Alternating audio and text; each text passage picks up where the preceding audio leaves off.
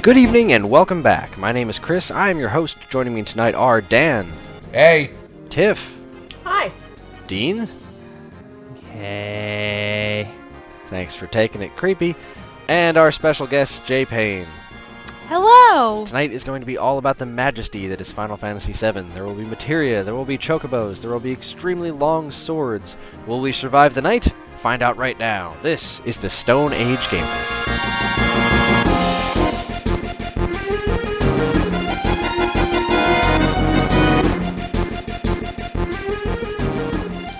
Hi everybody and welcome. This is episode 50 of the Stone Age Gamer, and tonight we have a special episode because it is all about a listener request. A gentleman by the name of Anthony Hom sent us a very nice email about how much he likes our show, and after listening to the Metal Gear centric episode we did for another listener, he wanted us to do an episode based entirely on Final Fantasy VII and its effect on the gaming industry. So we're happy to oblige Anthony, and here we go. We're going to talk about Final Fantasy VII. So, I'm correct in assuming that all four of us have played the game in some way, shape, or form. Yup. Big fan. There's 5 of us. And Yes. All 5 of us. Sir, you're forgetting our special guest. 5. Me. Oh, crap, that is 5. See, I was... Yeah, hey, what's up? I didn't It's forget me. about you, I forgot how to count. I don't know which one's worse. Anyway. The counting. You're a grown-ass man. Figure that shit out. Final Fantasy. So, What number Final Fantasy are we So on? 3 and 7. 6 are the same, and 2 and 4 are the same. And all those together equal 47. So Final Fantasy 47, that's the one we're talking about. Big fan. All right, let's go. That's the one. Well, I guess I'll start off with a little bit of a background info on Final Fantasy VII, because it was a real turning point for, I guess, kind of the gaming industry as a whole. Before Final Fantasy VII, Square Enix and Nintendo had an extraordinarily tight relationship. All the Final Fantasies were released on Nintendo platforms, 1 through 6, handful of spin-offs, Game Boy stuff, all sorts of stuff. Final Fantasy was very much equated with Nintendo platforms. Then they started working on Final Fantasy VII, and it was going to be just this amazing, giant, sprawling thing. You started seeing some screenshots show up in Nintendo Power, because there was a tech demo out there of Final Fantasy VI characters running on a 3D polygonal engine, and there was the hype was starting to build, because Final Fantasy III in America, which was actually Final Fantasy VI in Japan, was the first time an RPG gathered a real serious foothold here in America. And because Final Fantasy I was fairly successful here in the States, but it was way more successful in Japan. Final Fantasy 2 and 3 we didn't get, but we got 4 as 2, and then we skipped 5, and then we got 6, because 6 was a masterpiece. It's actually my favorite Final Fantasy by far, but when that game came out, it was the first one that had a really good marketing push to it, some pretty memorable TV commercials, and it gained some traction here in America. It was a pretty successful game. don't forget about Mystic Quest. Oh, Mystic Quest. Mystic Quest was Japan's attempt to get RPGs to be popular in America by making a beginner's RPG. So bad. Yeah, So bad. It is not a good game. It does have a good soundtrack, but it is not a good game. Anyways, so Final Fantasy VII was slated to be coming to the Nintendo Ultra 64, and then Nintendo, in their infinite wisdom, said, you know what we're going to do? I know CDs are all the rage right now, but we're going to stick with cartridges because we hate loading times. And Square was like, well, and I believe they actually printed this in one of their ads, if we were to make Final Fantasy VII on a cartridge, it would be like, it would weigh 5,000 pounds and cost $1 million per unit or something. I love it. Let's do it. I think the final number was like 47 cartridges that it would have taken, or some nonsense like that. Yeah, something. It was just absolutely absurd, because it would have been. There would have been no way to compress all this stuff onto a single cartridge. And in fact, there wasn't even a way to compress it onto a single CD, but because of CDs, they're so cheap, that wasn't a problem.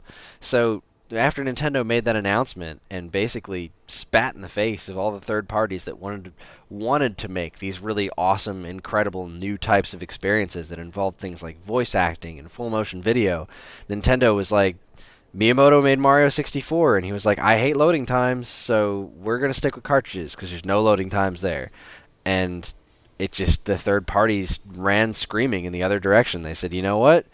We like you, Nintendo, but you're not the easiest company to work with, and I don't really want to mess with the Saturn. Let's go over to the PlayStation. The Saturn looks like it's not good. So this really was like that decision. I mean, Final Fantasy VII kind of gave Sony the foothold in the market. Surprisingly enough, a genre that wasn't hugely popular granted Sony this incredible market share. It did, yeah. I feel like Square was this kid picking its teammates out for dodgeball, and you have Nintendo, who's like the preppy, nerdy one who's like, it's going to tell you what to do and how to do it. Then you have Sega, who is like just beating off in the corner, being all creepy and shit. Dean actually did the movements, just so you know. That fucking happens in dodgeball games that you play? I have no Obviously, idea yeah, where it this was a metaphor weird- is going, and I'm It was a weird, and then you have fucking Sony, which is like, oh, it's the new kid, let's give him a shot, and it kind of worked out better than beating off in the corner with the weird Sega all right. kid. So 6 minutes and 40 seconds in, and I am already really uncomfortable. But side note, I actually didn't know the history of this, so that's pretty awesome.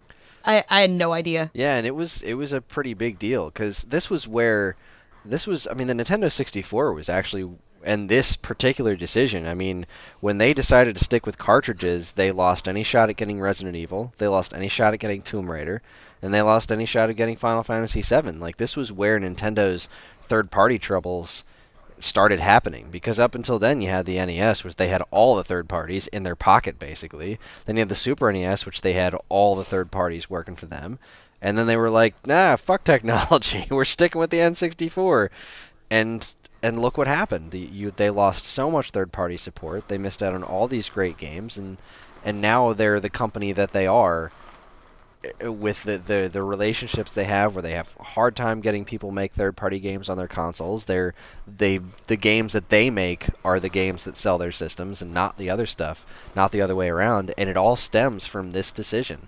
And Final Fantasy VII is the example of that, because if you look at when we were talking about Metal Gear, another great example. If they had stuck with CDs, Metal Gear probably would have been on a Nintendo console to begin with, because I mean, Kojima loves people who work for Nintendo. Solid Snake's been in wacky Nintendo things from time to time, so it probably would have been a Nintendo 64 game, but there would have been no way to do it at that point, and that gave Sony that shot in the arm. I mean, and I get where Nintendo was coming from. They had been burned by CD Tech twice now, like with the whole Sony fallout, with it just wasn't working the way they wanted it to, and so they went their own separate ways, and then they did the whole Philips CDI thing, which was just a goddamn disaster. That was a thing. and then Sort of. the loading times were, I mean, they were an issue. It was a different kind of experience, and I remember when that happened, when they made that decision, that was the only piece of it that I kind of got. Like, I was pretty upset when they were like, nah, we're sticking with cartridges. I was like, oh man, this is not where the future is. The future is in compact discs and stuff. But they started talking about the loading times, and I remember playing some PC games and thinking, yeah, loading time is an issue. I mean, if you look at some early PlayStation 1 games, I mean, geez, loading time is an issue. Loading time is still an issue with a lot of stuff, but it was the way the technology was going, and this was the first time that Nintendo willingly just said, no, fuck technology. Yeah, they simply guessed wrong. They assumed that people would be way too pissed off to deal with loading times, whereas for the most part, those of us who jumped on board with CD-based systems said, no, the loading times suck, certainly, but it's worth it. The trade-off is worth it. And they just guessed wrong. Well, and it was so short-sighted of them to think that the technology is never going to progress. Like, I get that at the beginning the loading times were god awful, and when they were seeing even earlier prototypes than what actually made it to market, I'm sure they were infinitely worse.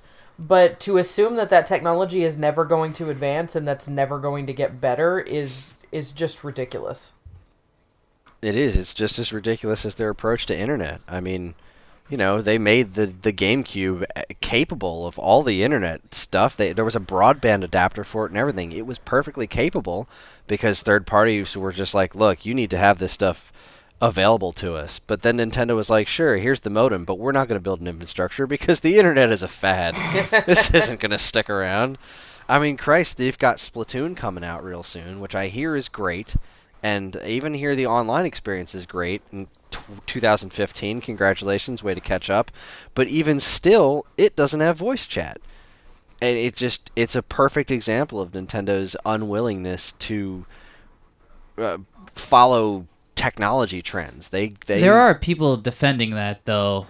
Yeah, I've actually heard that the just a voice bit. chat doesn't hurt as much as I thought it would. Like, if I haven't played the game, I haven't been able to be around for any of the global test fires, but listening to some of the people that have played it is like, yeah, actually, it doesn't matter that there isn't voice chat. But Well, and there's even still beyond that, my kids are so excited to play Splatoon, and if I ever signed on one day and heard anybody calling anybody a fag and things like that, I'd have a real big problem with that, and I think that's probably where Nintendo is coming from. Yeah, no, that's exactly where they're coming from. They didn't want this game to get sucked into that negativity that forms with online voice chat. But I guess the part of it that bothers me is that it should still be an option. Like, it shouldn't be the default that it's turned on, but you should give friends the option to communicate with each other. Just friends, people that you should have the option to communicate with them without having to go through Skype or something to plan strategies, because this is a strategic shooting game, and those kind of relationships that you can form with people, you should have that as an option. But I definitely understand the notion of wanting to turn that off on a default and say, no, there's too much negativity out there. Let's rein this in. But speaking of reining things in, Final Fantasy. Master of segues.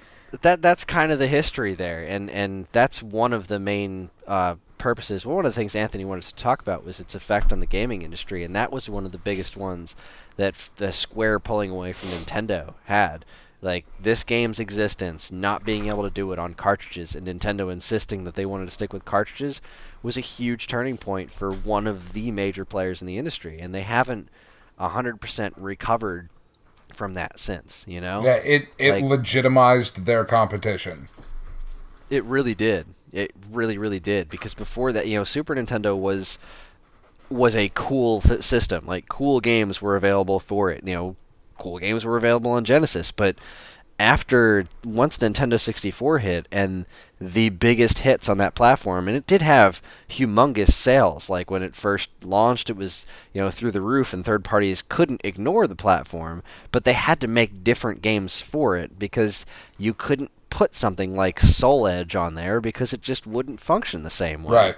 So that whole situation was really, they never recovered from that, and that's where their big successes were Mario 64, Ocarina of Time, Banjo-Kazooie, and they were all family-oriented games. Like, sure, you had GoldenEye, but that was kind of like the exception to the rule. The big things that Nintendo 64 became known for were bright, colorful, family-oriented games, and they never really recovered from that. No, it really started because when you walked by in the mall or through a GameStop and saw the PlayStation demo disc running on whatever TVs that they had up at the time, and you saw Leviathan summoned for the first time, or you saw Bahamut summoned for the first time, it was cool. Like, you bought It was cooler than cool. It was amazing. You bought a PlayStation. It was ice cold. But like it really put a divide. Right. A divide in the gaming industry of like Nintendo is for babies. Kids. Yeah. And PlayStation is for cool. teenagers. Yeah, absolutely. And speaking of demo discs, this was kind of, it was, for me, my first interaction with Final Fantasy VII was the demo disc. I went to my friend Mike's house, who got the demo disc, and I was not prepared for what I saw, because I wasn't a huge fan of RPGs at this point. I remembered renting Final Fantasy III and disliking it because I never liked the whole you're running around a map and then something hits you and all of a sudden you're somewhere else. And it wasn't until I played Chrono Trigger where that no longer happens, where I started to like RPGs and I liked the gameplay of it, but I still never went back and properly liked them. Chrono Trigger was the only one I liked at that point. When I saw Final Fantasy VII, when I saw that demo, and like you said, when I saw, I think it was you had Shiva and Ifrit and Leviathan available in the demo. If I remember correctly, it's been a long time. It's been a very, very long time. But, oh my god, seeing those things and seeing the way that, now instead of it being like, here's 3 guys on the right hand of the screen and some monster on the left hand of the screen, and they're going to do an animation and swing at it, and then, like, a little icon's going to show up to show that it's getting hit. Instead, it was still taking place in this weird imaginary world that happens when you start a battle that's not the same thing as your map screen, but Cloud would run up, swing his sword, and the enemy would react to it as if they were getting hit. Like, everything moved around in a certain way that kind of made it feel like there was consequences to your actions other than just numbers. And it really just tied the whole RPG thing together, and it made those battle sequences visually interesting in a way that they weren't in any game that I had ever seen besides Chrono Trigger. Because before that, it was always static images and numbers flying out of them when you swing your sword and get hit or whatever. And now the camera's panning around, somebody does a move, it highlights what that move is, and you still had that flow. Things were still moving in the same way that they did during a regular role-playing game, but now it was really interesting to look at as well as to play. And those combinations, plus the amazing graphics and the unreasonably good sound, like this game's soundtrack, we'll talk about it, all those pieces coming together, and it being on this CD system, this brand new PlayStation system, like you said, if somebody walked past somewhere and saw that running, there's no way that's not going to turn your head, because it looked amazing, and it still looks good enough. When looking at it now, most of it looks good. The like polygonal overworld shit is so bad. This is actually why I hate this game. I cannot stand the way that the characters look in the overworld, and what even more I can't stand is that there are 3 different sprites, if you will, for each character. You have the super chibi deformed overworld, then you have the really polished cutscene, super good, super sharp, like everything looks awesome, the full motion video, and then you have something kind of in the middle for the battle scenes. For the first 2 hours that I played Final Fantasy VII, I kept having to remind myself that this person that I'm looking at now is the same person that I was looking at a second ago, even though they look nothing alike. And my biggest complaint is that the story is very rich, and it's very dark and very complicated, and I have a really hard time giving a crap about any of that when it's coming out of a Lego minifig. Well, how do you... Go on. I'm sorry, I really love the story of the game, that's why. But it's like if you're reading a book, you have to kind of make up your own images. So what's the difference between making up your own images versus just one that they happen to give you? Because I can't make up my own image when you're showing me an image. Just close your eyes. Yeah. Well, you can't close your eyes because you have to read it. Well, and right. Yeah, you have to read And that. what's particularly upsetting about that is that the backgrounds are so beautiful. To watch these little wonky looking, blocky, bonkers little sprites walk around on such a beautiful background is so bizarre to me. And I just feel like some really strange choices were made there. But I really think that if you had picked a style and stuck with it, I could have gotten behind it a lot more. Well, I think a lot of that was technical limitations, and I kind of get it and I kind of don't, because on one hand, they used to do that in the older Final Fantasy games, and it pissed me off then, too, where the character on the map would be a small little chibi thing, and then you'd get into the actual battle sequence, and your character was larger and more detailed. Final Fantasy VI, they did away with that. The sprites were the sprites, you know? Right. Like, you had your characters acting and emoting, and they looked what they looked like for the game, and I loved that aspect. Shadow looks like Shadow the whole time. Right. If your technical Exactly. limitations That say was that you awesome. can't have this complicated of a character on your overworld map, then you make your simplistic character during the cutscene. You don't make Yeah. three different characters representing the same person. No, I mean, drives me if insane. if you made the character during the cutscene, that would have taken away from the overall game. I mean, the big part of that game was the FMV scenes. If you took that away, you're taking away from the grand feeling of the game for the most part. Well, I mean, if you look at Metal Gear, see, this is one of the things I appreciate so much about Metal Gear, is that they had an extraordinarily complex, epic storyline filled to the brim with cutscenes, and they used all in-game engine to do those cutscenes, so that they wouldn't lose that cohesion that comes from having these characters look the same all throughout the game. Because even though, as a teenager at the time, I could look at it and say, I understand why this looks like this here and why this looks like it in the FMV cutscenes. I understand why these look so different. But one of the things that Final Fantasy VII did extraordinarily well, and was also a kind of a double-edged sword, was the way that they kind of combined the FMV sequences with the gameplay itself. Like, the way the game starts, when the camera's panning in, and it eventually lands and stops, and then the characters walk onto the screen, like, that was seamless. Like, from one standpoint, the actual backgrounds, because the backgrounds were they were basically just running a single animation sequence of this static image, and then having the polygons run around on an invisible plane on top of it to kind of scale with the imagery. But the way that they blended those things together was nothing short of genius. But the fact of the matter is that some cutscenes would incorporate that same level of detail in the backgrounds and the characters themselves, and then other cutscenes would incorporate that level of detail in the backgrounds and have the polygonal characters included to try to cut down on how jarring it was that the characters just didn't match. Right. Like, and the biggest example that makes me so mad is Barrett. Barrett tells his backstory while they're still polygonal, and he tells this emotional, gut-wrenching story of revenge and why he's in this, and he does it looking really stupid.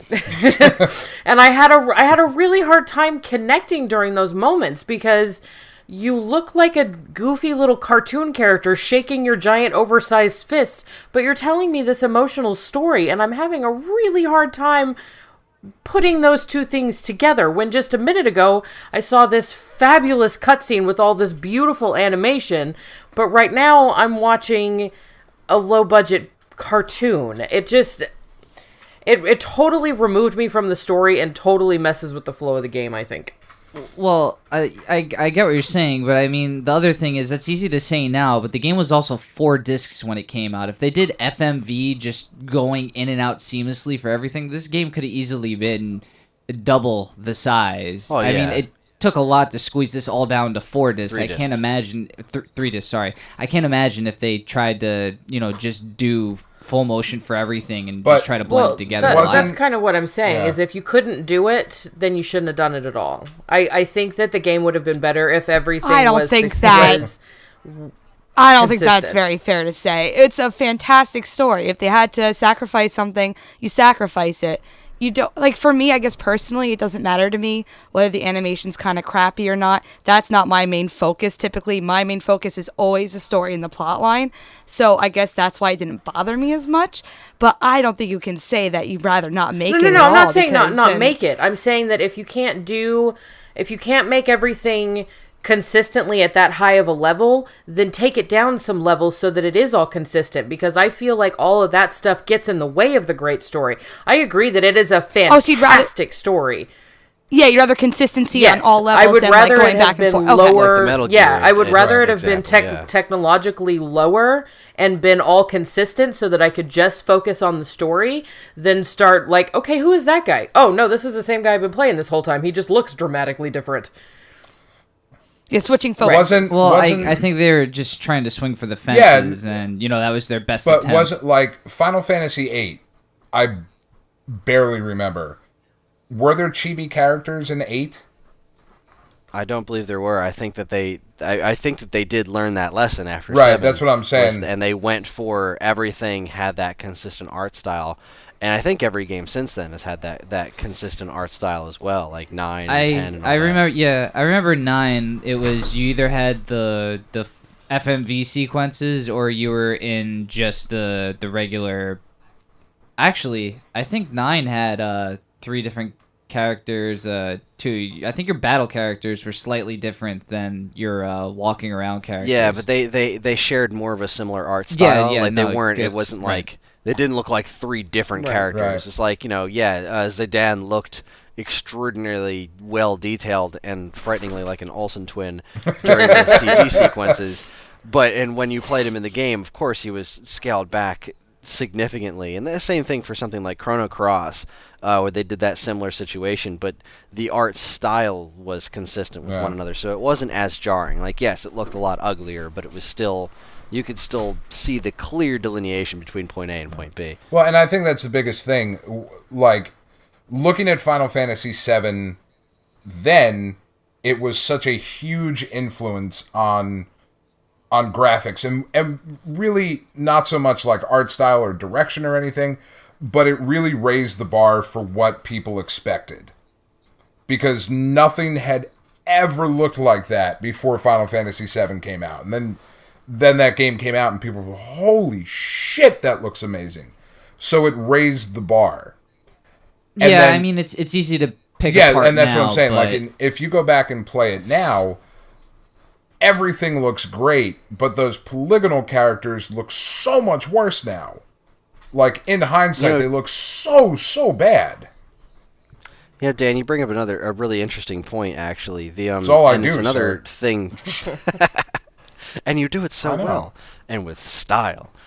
Another major effect that this had on the gaming industry, this game had, was it did raise the bar, but it also, the JRPG genre, when this came out, was really kind of on a bit of a high horse. Like, it was a vibrant style of game making, and over the years that kind of started to tank, and a lot of that came from any developers wanting to make a role-playing game that you had to match that level. You had to throw all that money into making your games, and as technology got, like, we got to the PlayStation 2 and the PlayStation 3, deciding to make an RPG became this insanely expensive proposition in order to make the worlds look up to par with something of like a Final Fantasy VII or just the Final Fantasy franchise in general. And I remember the PlayStation 3, Xbox 360, and Wii that was era. a rough time for RPGs, man. It was That a rough, and there was rough actually fucking time. a small exodus of RPG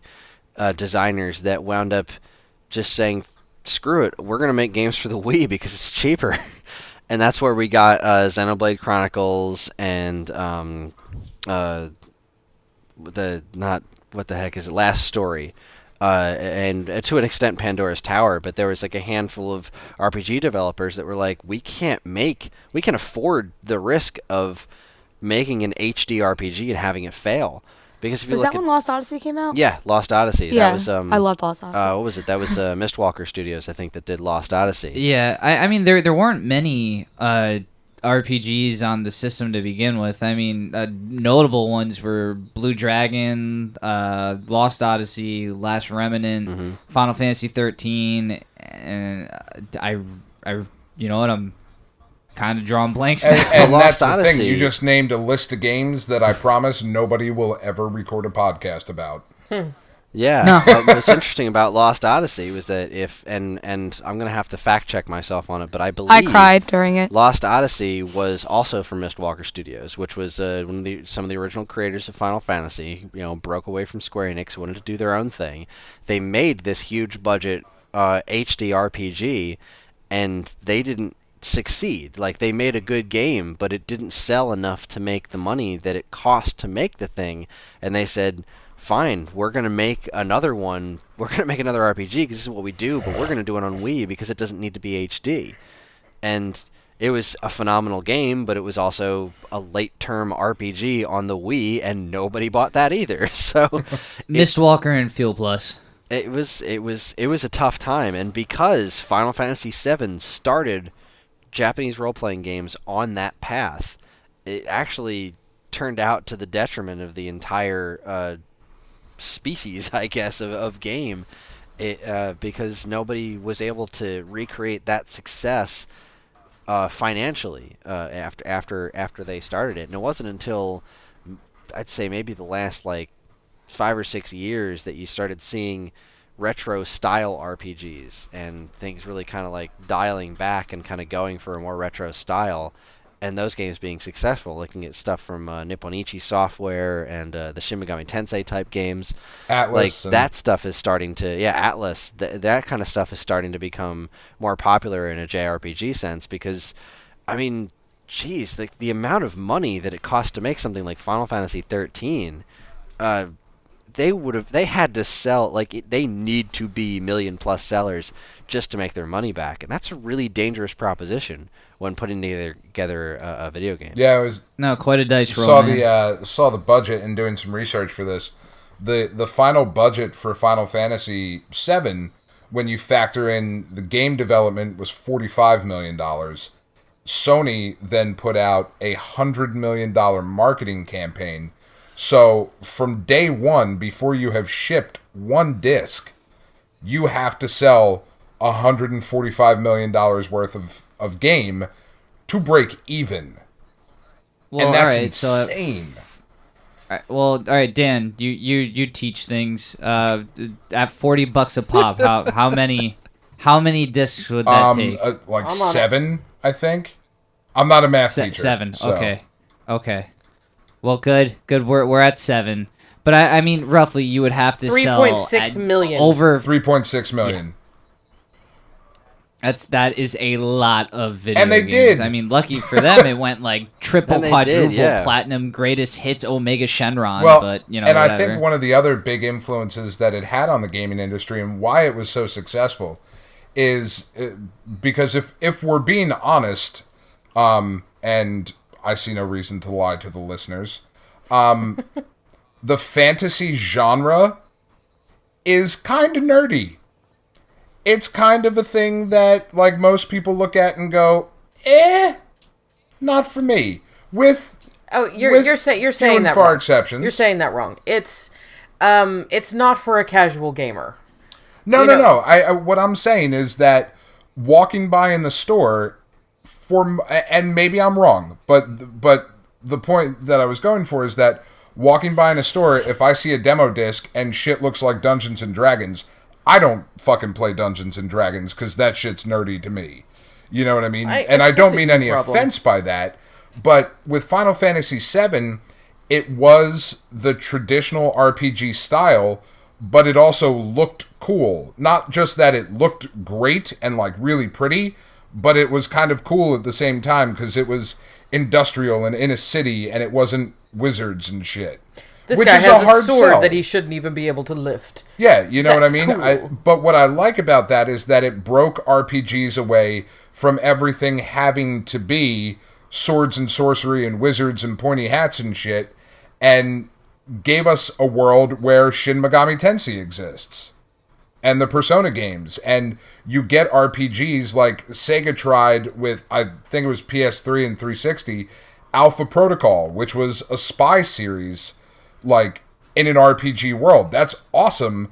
The game sucked, but I liked the fact that we can do that now, whereas previously, that just wasn't the case. Sega still fucking up in 2015. Good job. But Keep swinging for the fences, Sega. Yeah. You keep being you. But I think that is a huge influence on the industry as a whole. You took a very traditional genre and said, no, it doesn't have to be like that. We can do other things. Yeah, and they started to do that in Final Fantasy VI, but yeah, Final Fantasy VII was where they really went like, now we can make a sci-fi RPG and we Right. can do it well. And I don't know if it's the first one that ever did it, but it was certainly the first one that did it with this level of success. Right. And, I don't mean any offense to people who love D&D or anything like that. It's I don't just, mean any offense by calling you people huge, ginormous nerds. Well, no, I'm just being honest. Like, to me, that's my nerd line. Like, that's the line that I haven't crossed. I tried, and I went, this is fucking nerdy, and it's not for me. I understand that it is a huge thing and is, it's for a lot of people. But I think looking at this game as an influential benchmark, it kind of broke that stereotype. My nerd line was classic Doctor Who. I don't have a nerd line. I've crossed every single one so far. Kind of same. Yeah, I don't have a nerd line. All right, well, we're going to take ourselves a quick break, and when we come back, we're going to talk more about the story of Final Fantasy VII, and probably a bit about the music as well, and whatever else strikes our fancy. So, stick around.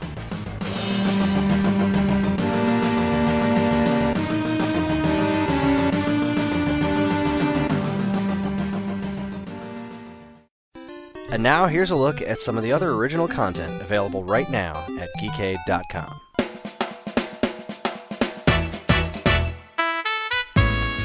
Hey, Dean. Hey, Jess. Do you like berries? Yeah? How about beer?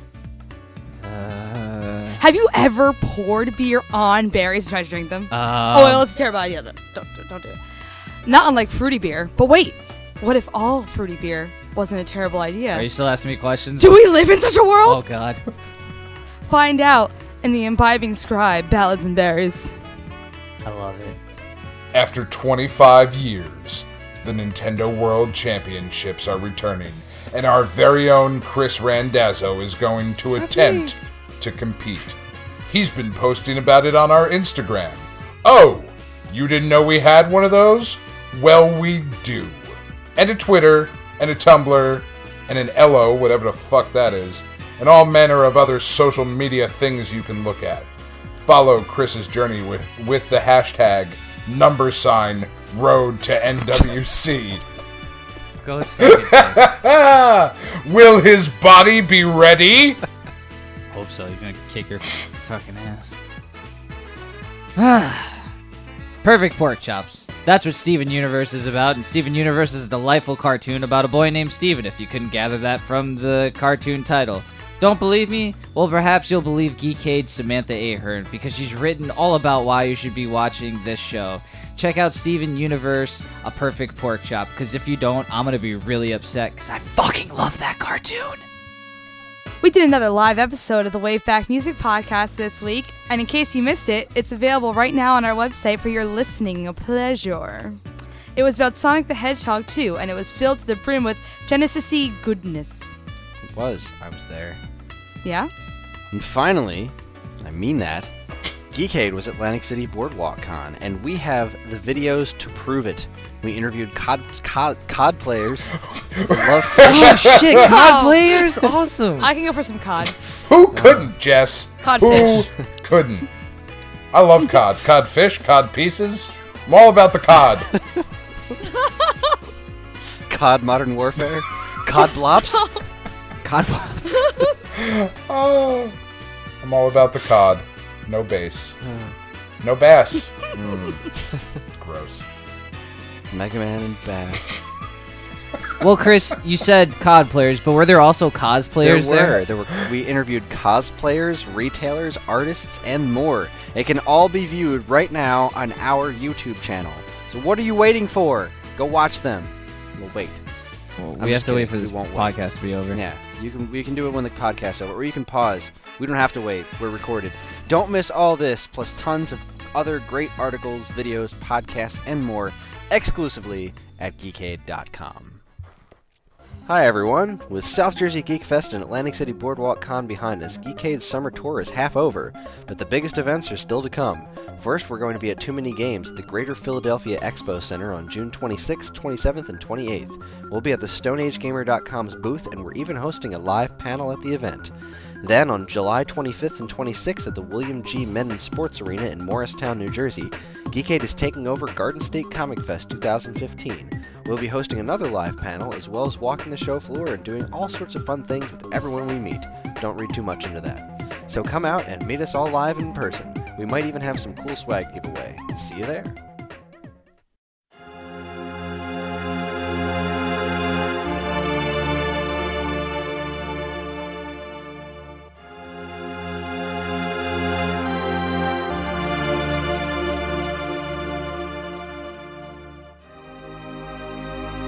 Well, we are back, and be thankful that you will never hear what we talked about during the break. Anyway, we're talking about Final Fantasy VII, and now we're going to take a little look at the story of Final Fantasy VII, which is, at least in my opinion, a high point and a low point. But let's hear something from our Final Fantasy VII expert on the story. Jess, tell us about your Wait a minute, feelings. why am I an expert on the story? Because I deemed you an expert. Congratulations, you're now an expert. Talk to us about the story of Final Fantasy VII. Well, that's great.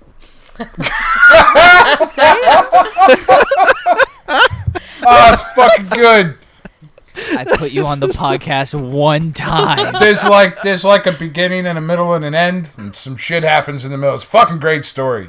And then you go snowboarding. 10 out of 10. 10 out of 10 snowboarding and weird. Chocobos! Hey.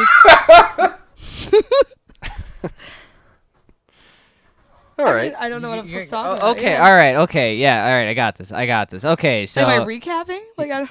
What do you think? You're gonna fucking make shit up? You're not gonna rewrite the story. We just want you to tell us what happened. All right, Final Fantasy VII fanfic. Go. Oh my god. Okay, so great. So, one day... Wait, first of all, we have to clarify this right now. Are we going to pronounce it Aerith or Eris? It's Eris. And while we're on pronunciation, can we talk about Mako, Mucko, Oh, Macau? yeah. What? Steve. It's Macau. I always said Mako, Me too. but apparently that's not correct. It's Mako, Mako? No, it's not, because a Mako shark Like is a- spelled the same way, isn't it? like a taco. So, in Mass Effect, you drive a Mako? Shut up, and either explain Final Fantasy or don't talk about fucking Mass Effect. I really think I need to go away because Dean hates No, that's another influence that it had on the gaming industry, though. Jess, talk about Mass Effect. Mass Effect rocks. It's 3 games of delicious story and some sexy space time. Do you play as FemShep? Yes, I did. All 3 times. What the fuck are we doing? This is... Oh my god. So in Final Fantasy Okay. VII, you are fucking, like, freedom fighters at the beginning of, like, or Avalanche environmental group. freedom fighters, and then the story Well, they're- comes off the rails in a big bad way. Quite literally. Wasn't there a train involved? Yeah, that was Yeah. the joke, Chris. It's not as funny when you have to explain it. And then the nice girl gets stabbed in the chest. Oh, stop. Okay, so maybe this makes me a bad person, and we're jumping way ahead in the story, but, like, Ares died. Spoiler alert. Yeah. Yeah, spoiler alert, sorry. In case you For, didn't know, like, like, a the most 20-year-old game or dramatic whatever. scene Yeah. in gaming history. Ares dies. Is it? Yeah, whatever, however we're saying her name. Eris, yeah. And, like, it was this huge, big, impactful moment that they also did in, like, 3 other Final Fantasy games previously. Yeah, they kill someone every time. Yeah, I think it's because But she was the nice girl. I'm trying to think of, I forgot what Final Fantasy was. It Final Fantasy IV, like the American Final Fantasy IV. The 2 twins, because I never beat it. Did they, like, when they turned to stone, they died, right? Like, they're gone. The mage twins. I think. Sure, why not? I've never played that Yeah. one. No, the- I think, Don't ask like. questions that highlight our inadequacies as video game experts. That's not cool. I think Well, the anyway. hints were put into that game of, like, they will eventually, like, the spell will eventually be broken or some shit. Like, it was kind of left open-ended. Only when the castle raises above Yeah, the I think clouds. it's because of how she was killed that made it so impactful. Like, it's just this innocent girl praying for the planet, and then just bam, like, sword through her Well, stomach. that- And then And This Inuyasha was kind of stabs brutal her. too. It tells you, in front of Cloud. don't pray. I think is the lesson we can all... Don't pray, Is that the lesson? or not Inuyasha will come and stab you. That's my takeaway. Don't pray, or not Inuyasha will stab you through the chest. I think it's just also because, like, I was talking about this with Dean earlier. Like, as screwed up as Sephiroth is, like, you can kind of understand why he's so mad, I guess. I don't know if anyone wants to, like... Well, he's a byproduct of this. He wasn't, fuck. He's not Kefka from Final Fantasy VI. Yeah, no, he's not He's like Liquid... Sorry, can't fucking talk. He's Liquid Snake. Yeah, he's just a clone, and I mean, he's, again, like, of course he's mad because he's not a real human being. He's just a fucking artificial thing, and he's just... Like, he realizes what he's made for. It's the super he heel, hates himself or the super soldier version of "You're not my real dad." Yeah. Yeah, like in Final Fantasy VI, the villain was, like, Kefka was just a horrible person. Like, he was just like, I don't feel like walking around this town, so let's murder everyone in it by poisoning the water supply so I can walk in a straight line. And Sephiroth was just like, I have motives, things are being stabbed now. I have angst. And, Look like, at my Kefka hair. was I have angst. Look Well, at my hair. his motive was, like, he hated himself, which made him hate the world that made him. Yeah, so, he was yeah. dark and brooding, and not necessarily like it was like clear-cut evil, like someone like Kafka was. But I think that was one of my problems with this game's story was how interesting it was and how Dragon Ball Z it went in getting there. Oh, yeah, well, you're just walking along and like, all right, so Sephiroth shows up and he stabs a bunch of dudes and then he gets away and we're like, all right, let's go get him. And then they're just like, all right, we're gonna chase after Sephiroth. And it's like, ooh, a town. I wonder what's in there. First, let's go snowboarding. Let's hang out here and learn everything you never wanted to know about Red 13's past. And then, like, you're 6 hours later, you're just like, all right, cool. We've spoken to everybody in the town. We've taken care of business. What we're doing? Oh, yeah, Sephiroth. Oh, look, 900 more bodies because we left him alone for 6 hours to learn whatever the hell was going on in this town. And now he's, like, 9 million miles away. Oh, I think the other thing that was a little bothersome about it was the fact that, like, Cloud's just, I'm not strong enough. I'm not strong. Guys, I'm not strong enough. And then all of a sudden he just Super Saiyans up and literally flies away. And I'm like, what just happened? Where did that come from? When did he learn to fly? Like, clearly underestimated the skills that can be acquired from breeding chocobos. But Cloud too, like these characters are so they're just like screwed from the beginning. Like his whole past was a lie too. Like all of his memories were fake. Like obviously you're gonna go through some sense of like self-doubt when you realize everything you knew was not real. Like, well, he was the foil to Sephiroth, where Sephiroth was, he pushed everyone away and became this incredible supervillain. Cloud was the other side of it, where he rose above it, even though he was just a mold of someone else. He and forged his became friendships. He forged his friendships and became his own identity, and essentially overcame the evil that was more or less his brother, I guess. So why do you think in like all other, like everything after Final Fantasy VII, they always portray him as so like down and dark? Like when at the end of the game he's made his friendships, he's kind of in a better place, but then afterwards they make him so like emo, if you will, like grungy. Marketing. They need another video game. A super fun time happy Cloud living happily ever after does not sell games. Sad brooding sexy Cloud sells games. Pouty lips Cloud, Side sexy note, little baby. My car is named Cloud after Cloud's Drive. Does your car have fantastic it's hair? It's a black Honda. I love it so much. Impossibly awesome hair. Seriously, like yes. David Tennant levels of hair are happening on this kid. No, yeah, it's perfect hair. But like I said, I think they based his image, like at least in Advent Children, off of his voice actor, who was Jason in General Hospital, if anyone watches General Hospital that listens to this podcast. But I actually think I don't remember anybody on General Hospital with that hair. he has yellow pointy hair. I'll send you a picture later. No, I think the crossover of General Hospital and Stone Age Gamer listeners is probably a lot bigger than you think. I would imagine. Well, they're all very specific fans of that Final Fantasy General Hospital crossover episode they did. Oh, that was so good. It really was. Doctor- half computer generated. Alec Baldwin was in it. Alec Baldwin used a limit break to do heart surgery. It was fucked up. My favorite was Metal Gear and Night Court, actually. Snake! Snake! You're guilty. Guilty.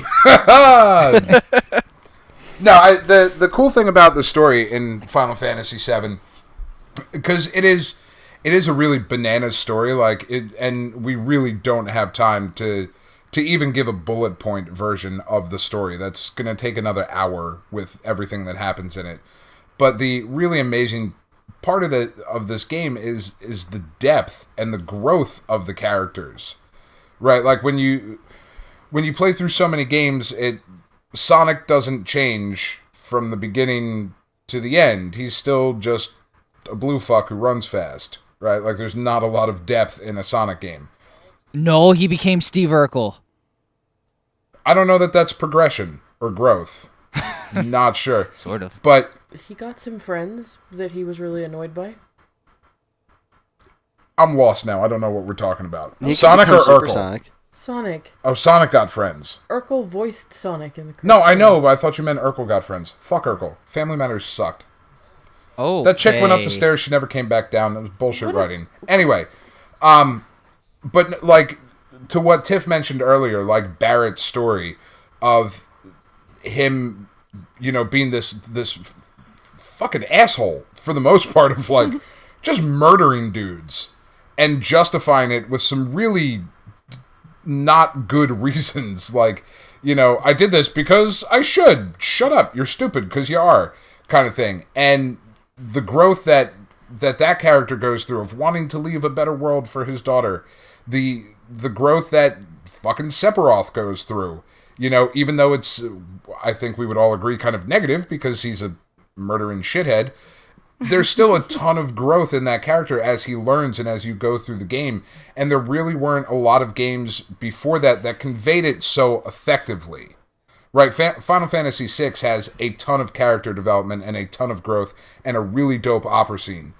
But because the acting, or the full motion video acting of the characters wasn't there, it's not as engrossing as something like Final Fantasy VII was. And again, that is really something that had a huge influence on the gaming industry kind of as a whole. But the music, holy shit. Oh my god. Yes, the music in this game was also one of those things that just like really drove me to wanting to buy a PlayStation. And a lot of it was the fact that it was also, bring right back to the CD point, you could not have put this music on a cartridge because a lot of it was orchestrated, a lot of it had really high fidelity instruments, like piecing things together. Like, it was really complex music, and CD quality sound was a big deal, and fitting that stuff into a cartridge just wasn't possible. The compression that you would need to do to fit that stuff into a cart just wouldn't have sounded good. Okay, all right, hang on. I would gladly take the DK64 rap over the Final Fantasy. Oh, you shut VII your rap. whore mouth. That Chocobo song is so delightful. It is, of course it is. You guys really like chocobos, huh? Who doesn't like Chocobo? Giant rideable Chocobos? chickens. Who They're- wouldn't I'm sorry, like I'm them? okay. That's how I I'm got not saying I Knights didn't of the like them. Round, damn it. I had to like Chocobos. I had to make them fuck. Like, it was a ridiculous Speaking of thing. which, when we started this podcast, I turned on Final Fantasy VII and did Knights of the Round. It's not done yet. That's impressive. Did you guys see the Toyota commercial where it's it's a Chocobo themed Toyota commercial? What? Yeah, look it up. It's great. It just came out, I think, last God week. damn it, Japan. It's fantastic. Is it really a chocobo or is it actually like a chicken? No, it's a car. It's not. it's the a car's- chocobo car? No, Jesus, just watch the fucking Chocobo. commercial. Chocobos and Moogs. Ooh, Moogs. Moogles. Moogles are awesome. Yeah, they are. But yeah, probably my favorite song in the game is the battle music, and which is great because you hear it so often in the game. But that battle music was just ridiculous. It's so well put together, and it never got old for me. And the boss music, like really a lot of the action music was great too. But a lot of the ambient stuff that happened in the backgrounds was well put together as well. I mean, Final Fantasy VII just has a remarkable soundtrack. It's And, like close to 100 tracks or some shit, I think. Yeah, I think it's 90 something. God, I can't remember. Like that's But just it's that is a crazy amount of music for one game. Thank Yeah. Uncle Nobu. Yeah, Nobu Uematsu. Holy crap, really killed it on this one. I mean, he did Final Fantasy stuff like all over the map. I mean, let's see, his Square Enix stuff. He did some, Final Fantasy Legends stuff for Game Boy. I think he did Final Fantasy VI as well, if I'm not mistaken. God, the Final Fantasy VI soundtrack was also amazing. But yeah, this soundtrack was really some of Uematsu's best work. Just phenomenal music, and really sound design in general in the game was just remarkably well done, and something that could only be done on CDs, because you know the DK rap wasn't until years later, and lots of progression in compression so good. technology, but So good. so awful. God, So great, Damn, bro. DK Lanky rap is Kong. terrible. Oh my god, so good. I play that every morning when I get up. ugh, In the That shower. explains a lot. Oh. Gives me a lot of insight into your life, Dean. So I suppose moving back to something quasi-related to this story would be like the legacy of Final Fantasy VII. The thing with Final Fantasy games is that there were never really sequels to them until they started farting out Final Fantasy VII type sequels. You had like Crisis Core, and There was a Vincent game. Dirge of Cerberus. yeah, the Dirge of Cerberus, and the movie Final Fantasy VII Advent Children, where creepy dudes with impossibly awesome hair steal Kadaj, children in an ice cream truck, Yazoo, and then and Sephiroth Laz. shows up for absolutely no goddamn reason. They There's fight, a reason. They fly. Yeah, the reason was we need Sephiroth in this movie, and now he's here. That's a reason. Just because you're a hater. I have the special edition DVD. Oh, they're all special. I think we're skipping over the best part of Final Fantasy VII. And quite honestly, the thing that it is not my favorite Final Fantasy game. It is my second favorite. But what puts it almost at the top, like what really almost seals the deal for it, is the materia system. Oh, that's a good I point. Yeah. love that. Is my favorite like character progression system that they have ever had. It was dumbed down to a point because it took away, like, you didn't have to strategize your character party. You could just strategize your materia instead. Well, I mean, you could. It was interchangeable, Yeah. which I guess took part of the strategy because you didn't have to customize the party with the members, but you had to customize the members themselves. So if you wanted, you could make Tifa glass cannon, Red your healer, and Cloud your big meat shield. Right. But Well, I really different approach. I really appreciated the fact that as I was playing through the game, if I got to a particular section and I was like, damn, I'm just getting my ass kicked here, like, I could just make all three characters tanks and throw them into the fight and try and win that way. And if that didn't work, I could switch it out to something else. As opposed to, well, fuck, I just have to go. It gave me an option. Instead of grinding for levels, I could customize the way I wanted to approach a battle, and I really liked that aspect of it. Oh yeah.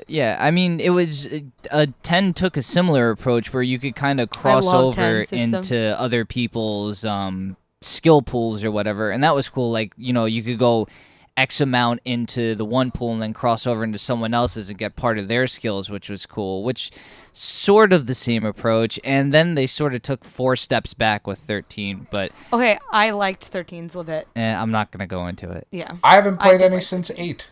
I bought them. I haven't played them. Good for you, Dan. It's well, and it really like I have a sealed copy of Final Fantasy 13. it. Glad you didn't And not play it. It because would of make your not face for any melt. collector's reasons, just because I just never bothered to play it. Because Hallway Simulator is what? that Well, good. but I think Dean, that's another. Dean doesn't give it enough credit sometimes, I think. No, I don't, because it sucked. It didn't suck. It did. Okay, just because you don't like it one way doesn't mean it was terrible. in Actually, it general. was unanimous that most people did not like that game. Really? Yeah. I probably Really? would like the game, to be honest with you, because like as time went on in my life, being able to play something like a giant open RPG, like the fact that Final Fantasy 13 was so much more linear, I probably would have liked that aspect of it, and if I ever do get around to playing it, I think I'm going to enjoy it. But what sold me on the game was actually the last trailer they released for it. It just got me. I was working at GameStop at the time when it came out, and I used to make these trailer DVDs for my store, and the final trailer for Final Fantasy 13 came out, and I was like impressed by it to an extent beforehand, but it had been so long in the making, and so many kind of misleading trailers as far as like what was the gameplay going to be like, what's the game actually going to look like. But when they released this final trailer, and I don't know what it was about it, they had this like kind of not really J-pop song, but this kind of like weird Japanese ballad music playing during it, and it just got me. It was one of the most well put together game trailers I'd ever seen, and it was like I watched that trailer and I was like, I'm buying this game. I will spend the money on this game. This trailer has sold me on this game. And then I bought it and I never got around to playing it because I suck. Yeah, it's like many main people's complaint, which is Dean's complaint, is that it's linear, and it's something that you gotta get used to, or you just gotta suck it up for one game. I mean, the story's worth it, I think. I thought the story was good. I liked the leveling up system. Dean didn't. I guess it's your taste. I mean, I'm in with the new age crowd, I guess. Dean's hang the fuck on a second, because it goes from linear, and then right at the end of the game, right at the last like maybe 3 or 4 hours, that was Lost Odyssey too, though. It just opens up and there's an open world, and it's like, what the fuck? Where was this the entire? No, but it's stupid. There was no point to do that. You could have just finished the fucking game that you made and did it. Instead, you wanted to change it at the last 10 minutes and say, oh, hey, here, this was the game you wanted the whole time. Here you go. I didn't want that. I didn't. I just wanted to beat it at that point. I wanted for it to fucking be over because I invested in the story. And then at that point, I was like, fuck it. I don't want it anymore. I don't want it. And I turned it off, and I never played it again until 4 years later when I was like, you know what? Let me try it. Let me try beating it. And I did. But it took 4 years to fucking do it. It took 4 years of me working up the courage to just literally grind to beat the stupid game. It took me like 8 years to beat Kingdom Hearts, but I did it. It's Kingdom Hearts. Yeah, I know. Well, I think that kind of brings it to a point, though, of one of the other like kind of lasting effects that Final Fantasy VII has had on the gaming industry is that, at least for me anyway, it kind of introduced me to the concept of iteration fatigue. Of, okay, I get it, but why the fuck? Why are there 15 of these already? Like, it wasn't all that long ago. Give me some time. Let's like I'm tired of it now. Well, I think they adopted the EA format for a while, and then they quickly realized, thank God for them, that it wasn't working, and they can't do that because they were just releasing shovelware at some point. Right, it got to a point where the progression of Final Fantasy was weird, because you had 7, which came off the heels of 6, and in a decent amount of time, there were several years between those two games, and an entire generational gap. And then you had 8 and 9, which came out in fairly quick succession, but they were so dramatically different from one another, especially 9, that it didn't really bother me how quickly they came out. And then you had Final Fantasy X, which was the first PlayStation 2 one, which was also a really radical departure for the series. It looked and played and specifically sounded, because it brought in voice acting, very different from the other games. Then you had 11, which was an MMO. Which was a totally radical departure, and a lot of people, like myself included, didn't even bother with it because I wasn't interested in that kind of experience from a Final Fantasy game. Well, many people didn't. You weren't the only one. Well, yeah, but then by the time Final Fantasy XII came out, it had been a very long time since Final Fantasy X, because I skipped over 11, and then 13 was delayed and delayed and delayed and delayed and delayed, and then it was You're delayed forgetting some 10 more. too. Yeah, you're forgetting 10, 2, and 12. Yeah. 12, Final Fantasy. Yeah, well, that's what I was saying. 12 was a long gap between 10 and 12, because 11 we skipped. And then 13 was a huge gap between that again, because it got delayed a billion times. And then you started having sequels like 10-2. And obviously there was other stuff like Final Fantasy Tactics and Tactics Advance and whatever the hell else was involved out there. But Tactics was my I don't know. fucking I don't know jam. that I don't know that I ever experienced the kind of sequelization fatigue out of the Final Fantasy games, because I did always appreciate that they tried to do something different out of a numbered Final Fantasy game. I think where that fatigue started to come from was from what we were brought up before, was the fact that they started pumping out sequels to things. Like, I don't know anybody that was requesting Final Fantasy X too. Like, No, no one was, I and get that it's I a think thing, it was. but it was so unnecessary. And the same thing with like all this lightning returns and whatnot. Final Fantasy 13. All that ever struck me as was just like, Square Enix made this engine for this game, and they're gonna use it. They're gonna use the shit out of it. They're gonna make as many games as they can with this engine and these characters, because they poured so much goddamn money into it. And they need to make that money back, which goes back to the other point of like Final Fantasy VII set that bar and set JRPGs on that path of having to be crazy expensive in order to match what people expected RPGs to look like. Well, I mean, I sort of count these extra like games like 10-2, Dirge of Cerberus, and all those into this sequelization of these video games, because this was them being like, well, we're not gonna have another game for a while, so we're gonna put in all these short ones. And if they just focused on working on just one really good game instead of doing all these tertiary games, it might have been better. Just saying. Well, I hear Final Fantasy 15 is supposed to be pretty good. I have been waiting for this since I watched that teaser trailer in my junior year of high school physics class. That is when I first watched the teaser trailer for 15. That's when it was 13-2. Was that what it was called? Or no, 13X or something like that? 13 verses or something. 13 verses, yeah. And I said, Dean, I'm so excited for this. And Dean was like, that game is never gonna come out ever. And I'm like, you know what? It will one day. Don't worry. And guess what? It finally fucking is soon. Yeah, So- it's been like 6 years. Yeah, but Dean, Congratulations. is it This is a fucking coming remarkable out or is Dean. it I was not just coming about to out? say, can we all stop and appreciate the Dean impersonation that Jess does? Because for a second there, I was like, wow, did he just jump in right on cue to say his line? That was amazing. It just made me so mad for years. He always, it's not coming out, not coming out, not coming out. See, there it It's is coming again. out. Who even was that talking? That was Marge. Marge pops in to do the impersonations. That's Dean's limit break. Summons Marge. You don't want me to drop that on you. You don't want any of that. Well, and Ken, the final point that I want to make about Final Fantasy VII and its impact, is that it has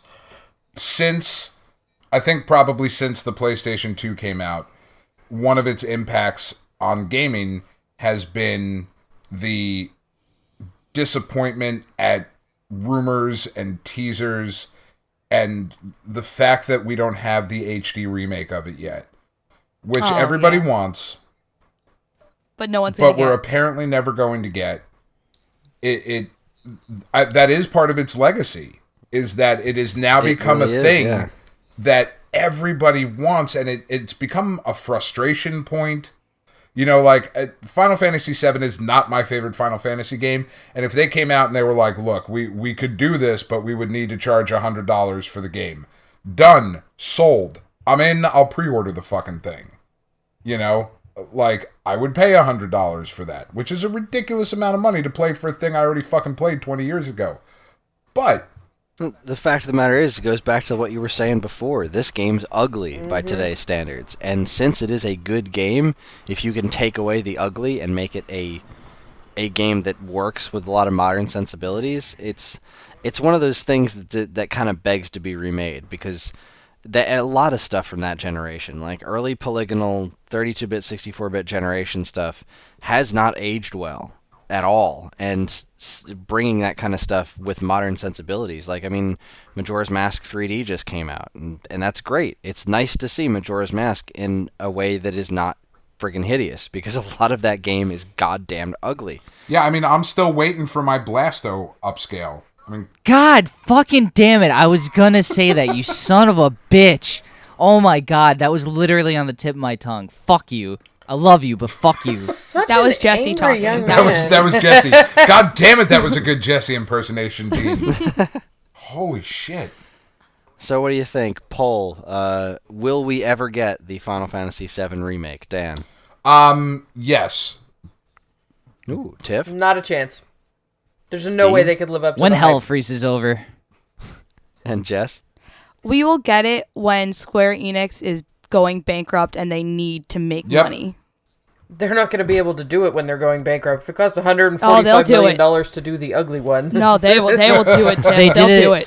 They'll borrow, cheat, and They will steal borrow a wherever they loan can. and they will make so much money back. They did it the first time when they had to make the original. They'll do it again. It is. Yeah. I'm sure it is. people are willing to spend money for Yeah. this. Kickstarters and stuff. Like, people are willing to It's the trump card. donate. It is the ultimate trump card. Exactly. It's like, it is very similar to the Pokemon franchise, and the fact that there is not a Pokemon MMO is kind of a ridiculous thing that it doesn't exist. But when they need it, that's the thing that will come out, because that is a guaranteed billion-dollar fucking thing. Same thing with the Final Fantasy VII HD remake, because you couldn't. The problem with remaking this game is that it has to be remade. There is no way to upscale that to anything that would be acceptable. You can look at the PC version, which is upscaled a little bit, and it still looks like shit. So, Yeah, if you gotta give me remake if you this give me shit. higher resolution of those chibi little douche knuckles, I'm gonna be pissed. And the thing is too, they kind of have to remake it for at least when like our generation. I'm saying this loosely because I know I'm a lot younger than you guys. Is still around for it to be relevant, because the newer generation kind of won't even understand what Final Fantasy VII is or what impact it made. So it's to them, it'll just be like, who cares about this game? Right. But if we're still all at an age where it's like acceptable for us to be buying Final Fantasy VII, I think it needs to be happening at least within 10 years. Well, yeah, They can't wait too you long. couldn't put out a $60 like brand new game and not have voice acting in it. Like, the industry has changed. You can Yeah. put out a $15 downloadable title that doesn't have voice acting, and everybody would accept that. There are certain things that need to be in a modern game now. Agreed. Well, and there's certain things that the newer generation of gamers expect from a Final Fantasy game, and that just wouldn't be acceptable. And that's part of what made the game stumble to begin with. So if you're gonna remake it, the goal would be to fix the things that were wrong. And what's wrong is the stupid little polygon figures and the having to read massive conversations and backstories and whatnot. Those are the things that are a problem. So if you're gonna do it, fix those things. Are Fang and Vanille lesbians? What? Yes. Yeah. Fang okay. and Vanille. That was Final Fantasy 13. I was like, I thought yeah, you said, "What I do you that think was the of thing. vanilla lesbians?" That's what I heard. What? I love vanilla lesbians. They come in flavors? I'm in. I mean, I guess it's up to interpretation, but I believe yes. That's it. That's all. I was just sitting here and I was like, I think that was a thing. I'm gonna ask Jessie. She played the game. Yeah, I enjoyed it. Chris, what's your opinion? Will we ever see it? Well, you know what? I kind of agree with your thought process that if Square Enix, it's one of their trump cards, but I actually look at it a little bit more like the Marvel and the Ultimate Universe, which I don't remember who went on record as saying, but I think it was Bendis actually that said when the regular 616 starts crossing over with the Ultimate Universe, we've run out of ideas. Yeah. And hey, look what's happening now. Although here it's pretty good. Yeah, that's kind of what I feel like if we're ever going to get that Final Fantasy VII remake, because it's one of those things that they have to be aware of. It's kind of like at last year's E3 presentation when Nintendo had that Robot Chicken segment and the character said, "Where's Mother 3?" and then Reggie shot him with laser eyes or something. Yeah. Like, well, yeah, they have know to be everybody aware from wants the PlayStation experience when Dude came out, the Square Enix guy came out and got booed off the fucking stage because he cock teased everybody. Yeah, like they. Oh, with that demo, how many years ago was that when they showed? No, that was the PlayStation 3 thing. This was yeah. just last Yeah, year. This was just last when year. they were like, and that's one of the things yeah. like that makes me think maybe they don't know, because they thought that guy trotting out and saying we've upscaled a PC version was gonna be enough. Like they thought that was a good idea. Yeah, they were that really was so wrong. bad. And there has to be somebody at Square that understands that this is a potential money-making idea, but they need to save it because it is their goddamn trump card. I don't think they do. I think you're right, because they fired half their staff 75 times over. I'm pretty sure everyone that works there now is new right off the bat. I'm pretty sure there's just a bunch of interns that work there nowadays. Well, you just have to wonder, do anybody that work at these companies, do they have internet access? Probably not, no. Because I'm gonna say no. I sort of feel They're like shackled down I sort in of a feel like closet. this isn't like hidden information.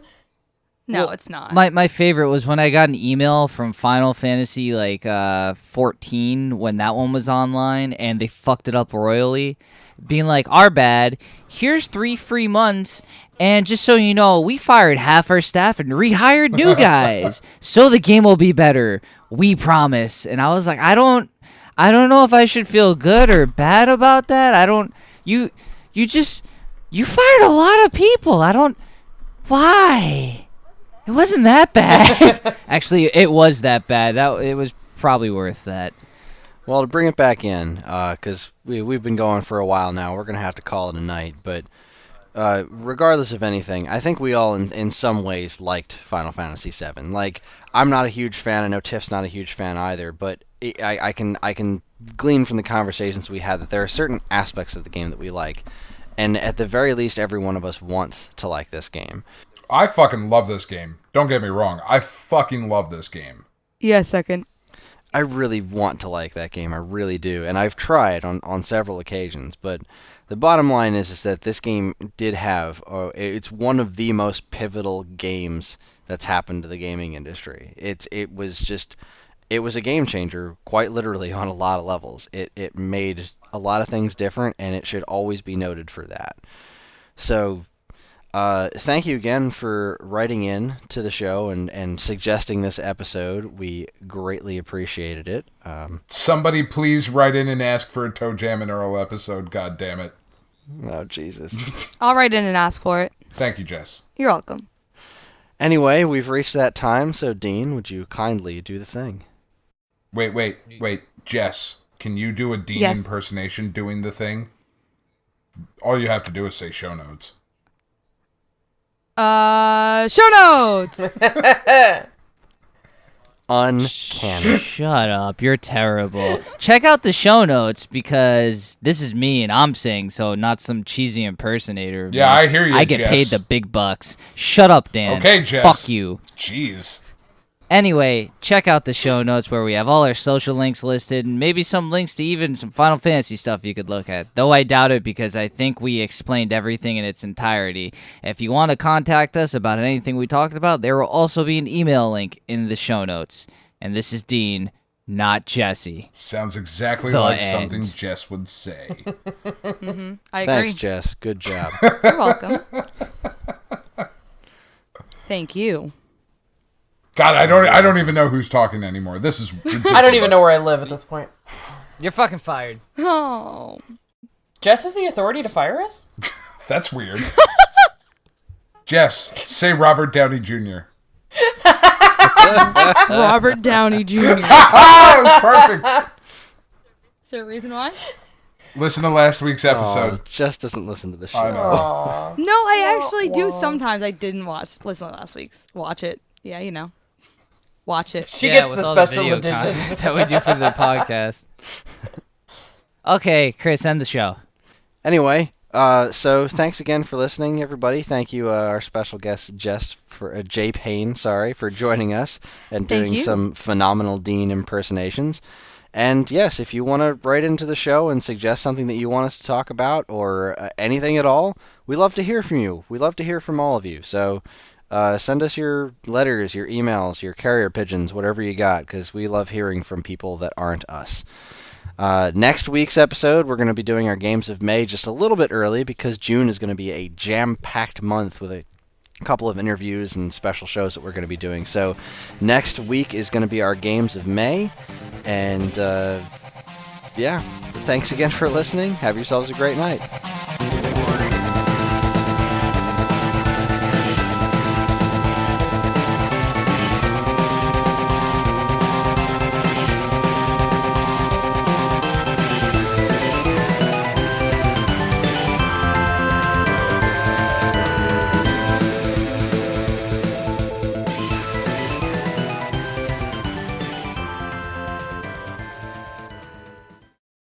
Dan, you are encouraged as possibly be.